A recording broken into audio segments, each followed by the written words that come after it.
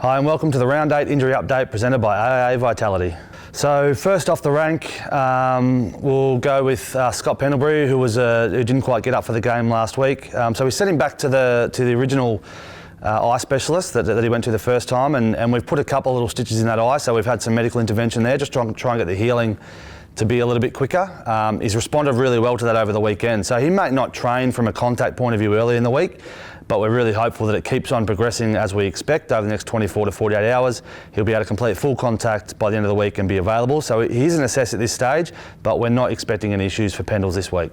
Nathan Murphy, so he was one of those injuries from the game on a really busy night for our docs. He had that collision to the face, so he's quite sore.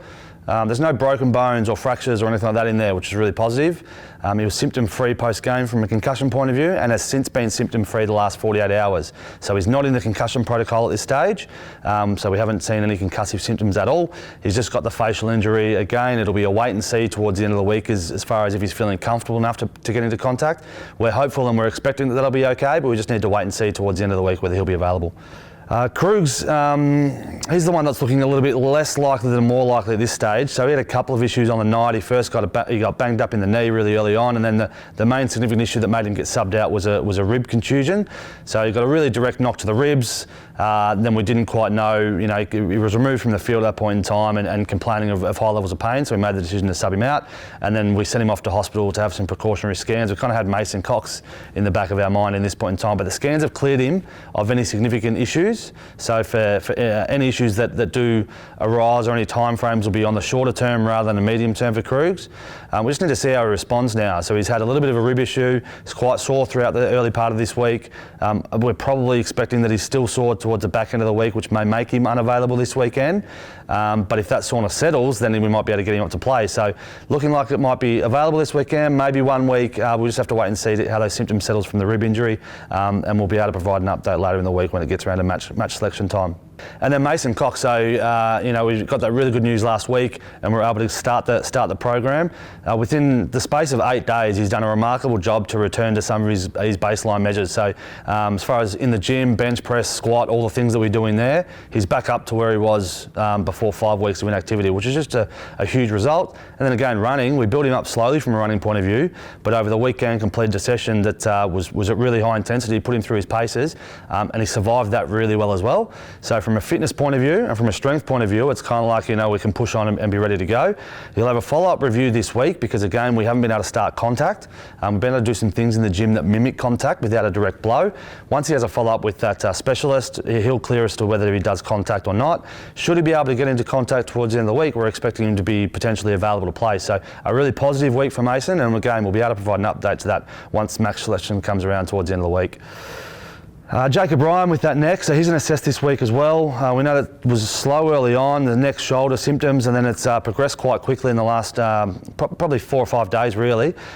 We met him over he was home over the weekend, we met him over in Adelaide for a session, did a lot of our early stage contact progression, so he's falling on the ground, he's getting bumped, he's getting hit, not in a very stable environment, one-on-one environment. He's cleared through all that and come through almost better than he was going in, so that's a really positive step.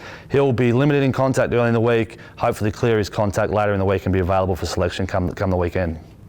A couple of positive news stories. So we've got Aiden Begg first and foremost, and then Arlo Draper that completed full training last week. They've been back into training for the better part of 2 weeks now. Probably would have played on the weekend had there been a VFL game. They're fit and available. We're not expecting any issues, so they're both ready to go. And that's both of those guys' first real exposure to match play this year. So really exciting time for both those guys to start their season and put together a really strong block leading into the halfway point of the year.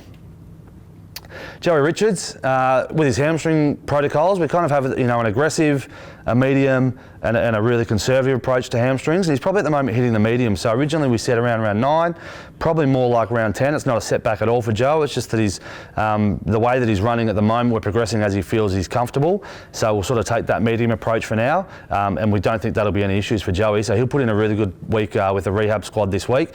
Potentially do some low-level training the following week with the group, and then be cleared to play the following week there. But everything going according to plan for Joe at the moment.